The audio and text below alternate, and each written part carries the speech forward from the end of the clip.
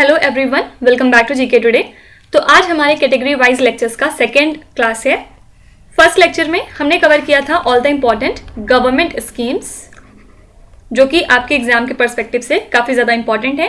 और आज second lecture में हम पढ़ने वाले हैं इंडिया करंट अफेयर्स। ठीक है, तो एक तरह से ये आप कह सकते हैं कि ये मिसलेनियस टॉपिक होगा।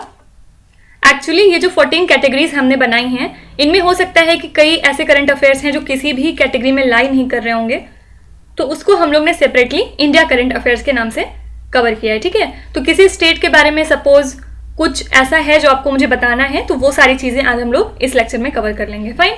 इसके बाद हम लोग थर्ड लेक्चर में बिजनेस पढ़ेंगे, business, economy and banking current affairs, then defence, reports and further we will carry on like this. Fine. So now without wasting any further time, let's get started. Question number 1. What is the name of the event to be conducted by the Department of School Education and Literacy during September 2021? So Department of School Education and Literacy ने हाल ही में एक event को organise किया था in the month of September। उस event का नाम क्या था आपको ये बताना है सिंपली। ठीक है, तो उसका नाम था शिक्षा पर्व। और क्यों इसको ऑर्गेनाइज किया था सितंबर मंथ में? क्योंकि 5th of September को हम मनाते हैं नेशनल टीचर्स डे। और ये किस इंपॉर्टेंट पर्सनालिटी के बर्थडे के दिन मनाया जाता है? मिस्टर सर्वपल्ली राधाकृष्णन। देखिए, एक चीज हमेशा याद रखिएगा, 5th सितंबर को हम मनाते हैं नेशनल टीचर्स डे, लेकिन 5th अक्टूबर को हम मनाते हैं वर्ल्ड टीचर्स डे। फाइन। तो ये दोनों ही चीजें अलग अलग हैं। इसमें हम नेशनल लेवल पे बात कर रहे हैं और ये वाला इंटरनेशनल लेवल पे है। ठीक है, तो इसमें कंफ्यूज बिल्कुल मत करिएगा। तो ये जो शिक्षक पर्व है, आई एम सॉरी, शिक्षक है, अभी शायद कुछ देर पहले मैंने शिक्षा इसको बोल दिया था, I am sorry for that. It's शिक्षक पर्व। ठीक है, और इसको जो है कंडक्ट करवाया था वर्चुअल मोड में, obviously due to corona virus pandemic. और इस दिन प्रेसिडेंट रामनाथ कोविंद ने अवार्ड्स दिए थे 44 टीचर्स को। क्यों? उनका जो पैशन है टीचिंग को लेके, उस चीज को एक तरह से ट्रिब्यूट पे करने के लिए। फाइन।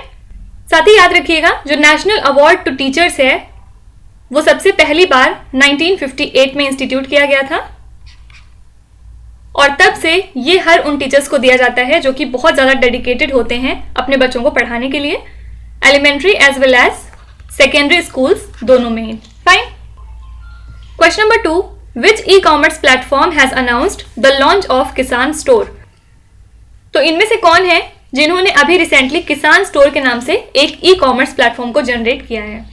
किसान स्टोर के नाम से ही आपको समझ में आ जाना चाहिए कि ये फार्मर्स के लिए है बेसिकली। और इसमें जो फार्मर्स हैं, हमारे यहाँ के जो किसान हैं, वो फार्मिंग टूल्स खरीद सकते हैं इस प्लेटफॉर्म पे। साथ ही साथ जो क्रॉप प्रोटेक्शन की टेक्निक्स होती हैं, लाइक इंसेक्टिसाइड, हर्बिसाइड एक्सेट्रा, और इसके अलावा जो भी चीज़ें खेती में हम यूज़ करते हैं, वो सब आप इस प्लेटफॉर्म से ले सकते हैं। ठीक है, तो ये प्लेटफॉर्म कौन सा है? अमेजॉन। तो बेसिकली 2 फायदे दिए जाएंगे किसान को। सबसे पहली बात ये कि जो भी एग्री इनपुट्स हैं वो आपको एक रिलायबल रेट पे मिलेगा, मतलब चीप प्राइस पे आप इसको खरीद सकते हैं। सेकंड चीज ये कि आपको डोर डिलीवरी का ऑप्शन मिलेगा, मतलब उसके लिए आपको कहीं भी जाने की जरूरत नहीं है, आप उसको अपने घर में ही बैठे बैठे डिलीवर करवा सकते हैं। Fine. Question number 3. Which Indian state has launched the EILP platform for inner line permit system in the state? So ये प्लेटफॉर्म रिसेंटली लॉन्च किया है मणिपुर के chief minister N Biren Singh ने। क्या जरूरत थी इसकी? सबसे पहले EILP को समझते हैं, ये है क्या चीज। एक्चुअली ये एक टाइप का डॉक्यूमेंट होता है जो कि इंडियन सिटीजन्स के पास होना चाहिए जो अदर स्टेट से एंटर कर रहे हैं नॉर्थ ईस्ट की तरफ। मतलब सपोज अरुणाचल प्रदेश जाते हैं आप, मिजोरम जाते हैं, नागालैंड या फिर मणिपुर, तो आपके पास ये एक डॉक्यूमेंट होना चाहिए। और कब इसकी जरूरत पड़ती है? सपोज जो एक नॉर्मल स्टे पीरियड होता है विजिटर्स का, उससे ज्यादा आपको अगर वहां पे रहने की जरूरत पड़ रही है, तो आपके पास ये डॉक्यूमेंट का होना जरूरी है। फाइन। इससे क्या होगा? ये प्लेटफॉर्म जो है ट्रैक करता है एंट्री एग्जिट, मतलब कौन आ रहा है, कौन जा रहा है। इसके अलावा जो भी गतिविधियां होती हैं विजिटर्स की, उनके ऊपर ये नजर रखता है ताकि जो वहां की लोकल पॉपुलेशन है वो लार्ज स्केल माइग्रेशन का शिकार ना हो जाए। फाइन। इसके अलावा अभी रिसेंटली हाल ही में नए गवर्नर बने हैं मणिपुर के। कौन है वो? Mister La Ganesan. Question number 4. Which state or union territory has adopted snow leopard and black-necked crane as state animal and bird? Extremely important question. तो यहाँ पे पूछ रहे हैं कौन सा ऐसा स्टेट या फिर यूनियन टेरिटरी है जिसने स्नो लेपर्ड को अपना स्टेट एनिमल घोषित किया है और ब्लैक नेक क्रेन को स्टेट बर्ड. तो ये है union territory of Ladakh. Actually क्या होता था, जो ब्लैक नेक क्रेन है वो स्टेट बर्ड थी अर्ली जम्मू कश्मीर की, मतलब जब डिवाइड नहीं हुआ था जम्मू कश्मीर उस टाइम पे. फाइन. अगस्त 2019 तक ये बर्ड ही वहां की स्टेट बर्ड थी. लेकिन अभी सीन क्या है, ये दोनों ही स्पेशीज एंडेंजर्ड हैं और अकॉर्डिंग टू IUCN जो ब्लैक नेक क्रेन है वो तो नियरली इंडेंजर्ड है, बट जो लेपर्ड है वो अभी वल्नरेबल कैटेगरी में है. तो इसलिए एक तरह से इनके लिए अवेयरनेस पैदा करने के लिए लोगों में इसको स्टेट एनिमल और बर्ड घोषित किया गया है ताकि लोग उसको प्रिजर्व करें और उसकी देखरेख करें. Fine. Question number 5. India along with which country has announced $1.2 billion package for finance to Asia's green growth? तो इंडिया ने किसके साथ मिलके $1.2 बिलियन का पैकेज फाइनेंस करने की घोषणा की है? किस चीज के लिए? एशिया की ग्रीन ग्रोथ के लिए. तो यहाँ पे करेक्ट आंसर है यूके.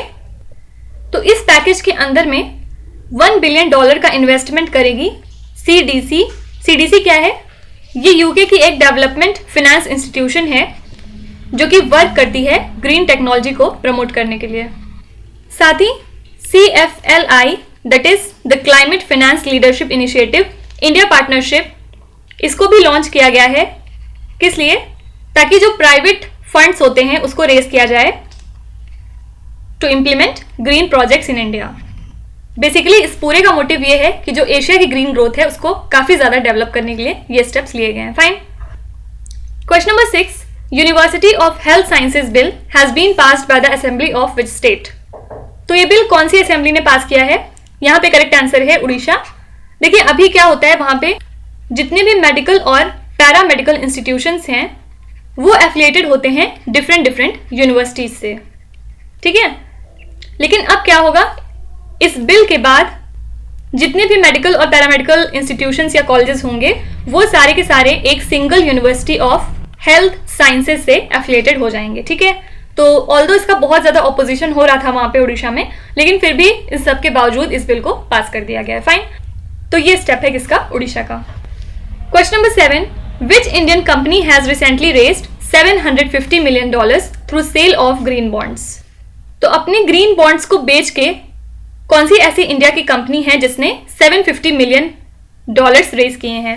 तो यहाँ पे करेक्ट आंसर है अदानी ग्रीन एनर्जी लिमिटेड. और जो फंड इससे आया है उसको यूज किया जाएगा किस चीज में?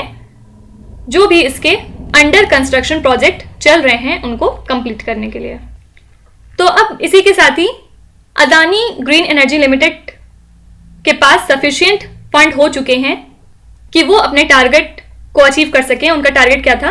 25 गीगावाट तक की एनर्जी प्रोड्यूस करना बाय द ईयर 2025. ठीक है. और ग्रीन बॉन्ड से आप क्या समझते हैं? देखिए ग्रीन बॉन्ड का मतलब होता है ऐसे क्लाइमेट बॉन्ड या फिर ऐसे डेट इंस्ट्रूमेंट जो कि किसी प्रोजेक्ट को फाइनेंस करते हैं. लेकिन वो कैसा प्रोजेक्ट होना चाहिए? वो ऐसा प्रोजेक्ट होना चाहिए कि जिसका कोई पॉजिटिव इंपैक्ट हो एनवायरनमेंट के ऊपर. ठीक है. तो ग्रीन वर्ड से ही आपको समझ में आ जाना चाहिए कि ये कुछ एनवायरनमेंट या फिर क्लाइमेट से रिलेटेड बातें हैं. Okay. Question number 8. ISRO in association with which institution has developed a device to cultivate microorganism in space? So ISRO ने हाल ही में किसके साथ मिलके स्पेस में माइक्रो ऑर्गेनिजम्स को कल्टिवेट करने का एक डिवाइस बना लिया है? तो यहाँ पे करेक्ट आंसर है IISc, मतलब इंडियन इंस्टीट्यूट ऑफ साइंस. तो ये जो डिवाइस इन दोनों ने बनाई है उसके अंदर LED का यूज करके साथ ही साथ फोटो डायोड सेंसर का यूज करके माइक्रो ऑर्गेनिज्म को वहां पे जनरेट किया जाएगा, साथ ही साथ बैक्टीरिया ग्रोथ को प्रमोट किया जाएगा. तो ये जो डिवाइस है ये एस्ट्रोनॉट्स वहां पे ले जाएंगे. किस लिए? ताकि वहां पे बायोलॉजिकल एक्सपेरिमेंट्स को कंडक्ट किया जा सके. ठीक है. और कब ये सब चीजें होंगी? मिशन गगनयान में, जो कि इंडिया का सबसे पहला क्रूड स्पेसक्राफ्ट है. Fine. Question number 9. Karbi Peace Accord, which was seen in the news recently, is associated with which state? देखिए ये एक तरह का पीस एग्रीमेंट है किसके बीच में? Union government government of Assam, जहां पे ये बिलोंग करते हैं, और रिप्रेजेंटेटिव्स ऑफ कार्बी आउटफिट्स। ठीक है, कार्बीज एक्चुअली एक तरह की मेजर एथनिक कम्युनिटी है, कहां पे? नॉर्थ ईस्ट इंडिया में, स्पेशली असम में। और असम की अगर हिस्ट्री अगर आप कभी पढ़ेंगे तो उसमें आप देखेंगे कि कितनी वायलेंट एक्टिविटीज करते थे कार्बीज वहां पे 1980s से ही। तो अभी किस वजह से ये न्यूज में है? क्योंकि अभी recently 1040 terrorist of 5 insurgent groups of Karbis पाए गए थे वहां पे, और उन्होंने बाद में सरेंडर भी किया था। ठीक है, उनके पास हथियार थे बहुत सारे, और वहां पे क्या इंटेंशन था उनका, किस वजह से वो वहां पे आए थे, ये सब नहीं मालूम है, लेकिन ये बताया कि उस ग्रुप से बिलोंग करते थे ये, बाद में इन्होंने लेकिन सरेंडर किया था। ठीक है, तो यहाँ पे करेक्ट आंसर है Assam. Question number 10, Indian institute of millet research is headquartered in which state? तो आपको बताना है जो IIMR है उसका हेडक्वार्टर कौन से स्टेट में लाई करता है। तो यहाँ पे करेक्ट आंसर है तेलंगाना। क्यों ये न्यूज में है? क्योंकि अभी हाल ही में एपेडा मतलब agricultural and processed food product export development authority ने साइन किया है एक मेमोरेंडम ऑफ अंडरस्टैंडिंग, किसके साथ मिलके? IIMR, जो कि बॉडी किसकी है? ICAR की। ठीक है, Indian council of agricultural research. तो इसके अंदर क्या होगा, जो भी फार्मर्स की इनकम है उसको बढ़ाने की सोची जाएगी, किस तरह से? उनके एक्सपोर्ट्स को बढ़ा के। ठीक है, देखिए फार्मर्स जो होते हैं वो बहुत ही लो लेवल पे रह जाते हैं, एक्चुअली उनका काफ़ी ज़्यादा एक्सप्लॉयटेशन होता है, क्योंकि जो बिचौले होते हैं ना बीच में, वो क्या काम करते हैं, फार्मर से कम रेट में सामान खरीदते हैं, उसके बाद बड़ी मार्केट्स में उसको हाई प्राइस पे बेचते हैं। ठीक है, तो इस वजह से फार्मर्स का देखा जाए तो काफ़ी ज़्यादा लॉस होता है। यही सब रीजंस हैं कि ये स्टेप लिए गए हैं। इसमें एक चीज़ और क्या होगी, जो भी फार्मर्स हैं उनको ज्वाइन करवाया जाएगा फार्मर प्रोड्यूसर ऑर्गेनाइजेशन के साथ। ठीक है, एक तरह का डायरेक्ट मार्केट लिंकेज फार्मर्स के साथ बनाया जाएगा, ताकि वो अपने प्रोडक्ट डायरेक्टली जाके उस मार्केट में सेल कर सके, उनको बिचौलों की जरूरत ना पड़े। ठीक है, तो ये स्टेप किसका है? तेलंगाना गवर्नमेंट का। Question number 11, which institution recently launched a 2-day lunar science workshop 2021? तो ये 2 दिन की ल्यूनार साइंस वर्कशॉप को किसने ऑर्गेनाइज किया था? ये किया था इसरो ने, that is Indian space research organisation ने। ठीक है, क्यों किया था? क्योंकि अभी रिसेंटली 2 साल पूरे हो गए हैं चंद्रयान 2 के स्पेसक्राफ्ट को ल्यूनार ऑर्बिट में पहुंचे। ठीक है, तो चंद्रयान 2 ने नियरली 9000 ऑर्बिट्स पूरे कर लिए हैं अपने मून के अराउंड। तो इसी चीज को ट्रिब्यूट पे करने के लिए ल्यूनार साइंस वर्कशॉप का ऑर्गेनाइजेशन किया गया था। Question number 12, the high court of which state has stayed the implementation of RBI's notification on appointment of MD और whole time director in urban cooperative banks? Actually 25 जून 2021 को RBI ने एक notice release की थी, जिसके अकॉर्डिंग अपॉइंटमेंट होना था MD और होल टाइम डायरेक्टर का, कहां पे? अर्बन कोऑपरेटिव बैंक्स में। बट रिसेंटली क्या हुआ है, मध्य प्रदेश हाई कोर्ट ने यहाँ पे RBI के इस नोटिस पे स्टे लगा दिया है। एक्चुअली देखिए कोऑपरेटिव जो होते हैं हमारे, ये स्टेट लिस्ट में आते हैं। ठीक है, अगर आपने पॉलिटी थोड़ी सी पढ़ी है तो उसमें जब हम शेड्यूल्स पढ़ते हैं, शेड्यूल्स ऑफ इंडियन कॉन्स्टिट्यूशन, उसमें 7th शेड्यूल हमारा कहता है कि जो भी पावर्स होंगी वो 3 तरह की होंगी, सेंट्रल, स्टेट और रेजिडुअरी। तो इस शेड्यूल के हिसाब से जो कोऑपरेटिव्स होते हैं वो हमारे स्टेट लिस्ट में लाई करते हैं।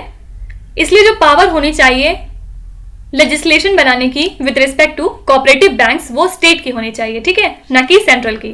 तो यही रीजन है कि हाईकोर्ट ने इस पे स्टे लगा दिया। ठीक है, कौन से हाईकोर्ट ने? मध्य प्रदेश हाईकोर्ट ने। Question number 13, which state has planned to reintroduce industrial अदालत, दैट इज इंडस्ट्रियल कोर्ट्स? देखिए नाम से आपको समझ में आ रहा है ये कैसे अदालत या फिर कैसे कोर्ट रूम होंगे, जहां पे इंडस्ट्री से रिलेटेड प्रॉब्लम्स को सॉर्ट आउट किया जाएगा। ठीक है, मतलब एक तरह से जो लॉन्ग टर्म पेंडिंग केसेस हैं रिलेटेड टू इंडस्ट्री, वो सब यहाँ पे सॉर्ट आउट किए जाएंगे। ठीक है, तो ये स्टेप है किसका? कर्नाटका गवर्नमेंट का। एक्चुअली ये पहली बार नहीं है जब कर्नाटका गवर्नमेंट ने ये स्टेप लिया है। पहले 2008 से लेकर 2013 तक इंडस्ट्रियल कोर्ट हुआ करते थे वहां पे, लेकिन बाद में ये बंद हो गए थे। तो इस वजह से यहाँ पे आपने टर्म ये नोटिस किया होगा, री इंट्रोड्यूस। ठीक है, इंट्रोड्यूस नहीं लिखा है, री इंट्रोड्यूस, मतलब दोबारा से इंट्रोड्यूस किया जा रहा है। तो यहाँ पे कर्नाटका गवर्नमेंट दोबारा से इंडस्ट्रियल अदालत को स्टैब्लिश करेगी। फाइन।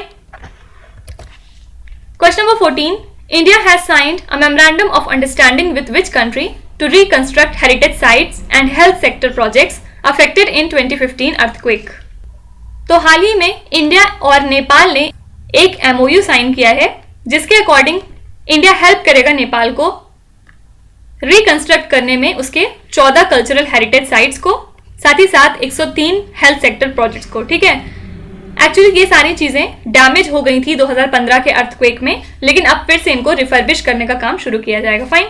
और जो टोटल कॉस्ट लगेगी इसमें वो है 420 करोड़ नेपालीज रुपीज, मतलब not Indian rupees, it's Nepalese rupees. Okay, तो ये एक तरह का पार्ट है India post earthquake reconstruction package का, जिसके अंदर इंडिया जो है वो प्रॉमिस किया है नेपाल को कि वो 250 मिलियन USD प्रोवाइड करेगा ताकि वो अपना रिकंस्ट्रक्शन स्टार्ट कर सकें। Okay, question number 15, the inspire awards मानक इज कॉन्स्टिट्यूटेड और गिवन बाय विच मिनिस्ट्री। सबसे पहले मानक से आप क्या समझते हैं, मैंने आपको पिछले लेक्चर में बताया था। अगर आप फुल फॉर्म याद रखते हैं तो आपके लिए काफी इजी हो जाएगा मिनिस्ट्री गेस करना या फिर उससे रिलेटेड बातें गेस करना। ठीक है, तो मानक यहां पे स्टैंड करता है किस चीज के लिए? Million minds augmenting national aspiration and knowledge.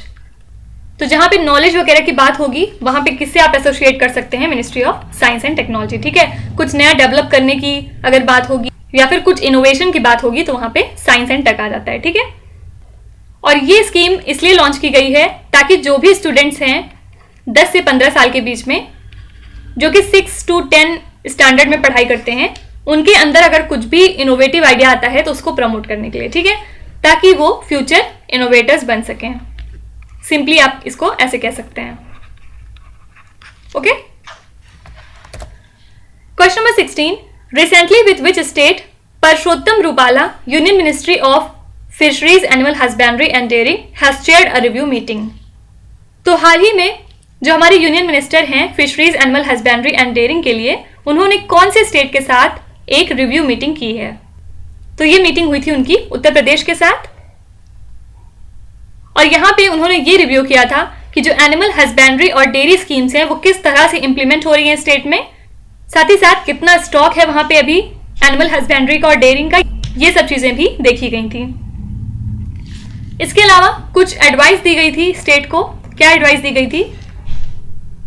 कि वो अपने रूरल एंटरप्रेन्योरशिप के लिए फोकस करें, मतलब रूरल एरियाज में लोगों की लाइवलीहुड को एक तरह से बेटर करें, और जो भी अनएम्प्लॉयड यूथ हैं उनके वेलफेयर में भी काम होना चाहिए, ताकि जो पशु बीमा है उसको और ज्यादा एक्सपैंड किया जा सके, साथ ही किसान क्रेडिट कार्ड को लोगों तक पहुंचाया जा सके। Okay, question number 17, who has been elected as the chairman of ASOSAI, मतलब assembly of Asian organisation of supreme audit institution. तो इसके चेयरमैन कौन इलेक्ट किए गए हैं हाल ही में?